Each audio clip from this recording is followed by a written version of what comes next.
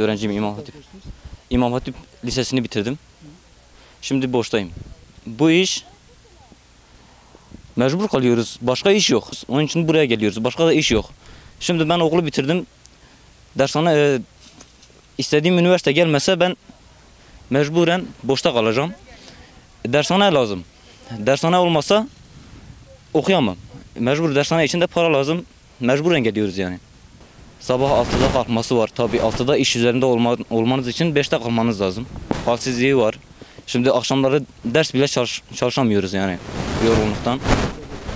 Ya en azından birkaç tane daha tekstil fabrikası açılsa, şimdi göz önünde bulunan onlar, iş yapan onlar, yani olsa bunca vatandaşımız oraya gider. Evlerinden uzaklaşıp buralara kadar gelmez.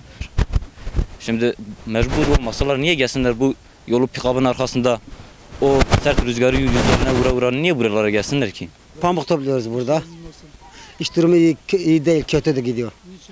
Ne için? İş ağa kazanıyor, işçi kazanamıyor burada. Sürünen işçi oluyor burada. Hakkımızı istiyoruz. Yemeği olmasa 50 kağıt olsun, pamuk kilosu da 50 kuruşa olsun işçi olarak. Hakkımız budur, hakkımızı istiyoruz.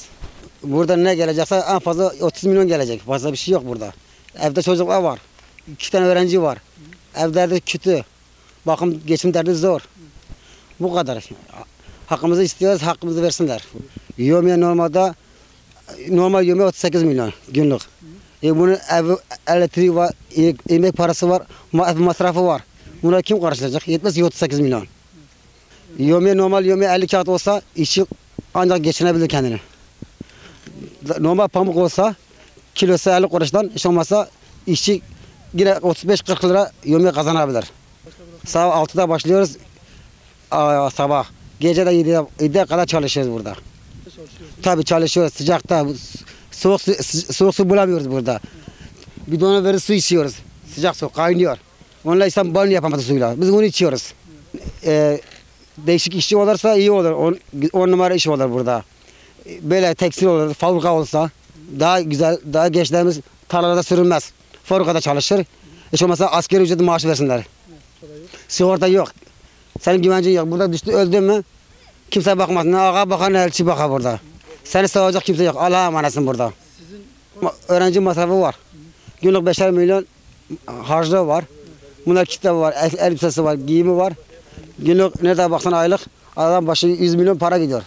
Bu pamukla ben nasıl çocuklara bakacağım? Valla pamuk işlerinde uğraşıyoruz. Yemeğler nasıl? Adana'dan 50 milyon geliyor, burada geliyoruz 38 milyon. Mesela bu işçiler çalışıyor, 5 milyon ekmek alıyor, 10 milyon çocuklara gidiyor, evet 10 milyon çocuklara veriyor. Elinde bir şey kalmıyor. Kışında adamı alıyorlar, başını İstanbul'a, Antalya'da çıkıyor, çocukları burada bırakıyor, gidiyor. Soğana gidiyoruz burada, domatese gidiyoruz. Pamuktur, hepsi odur.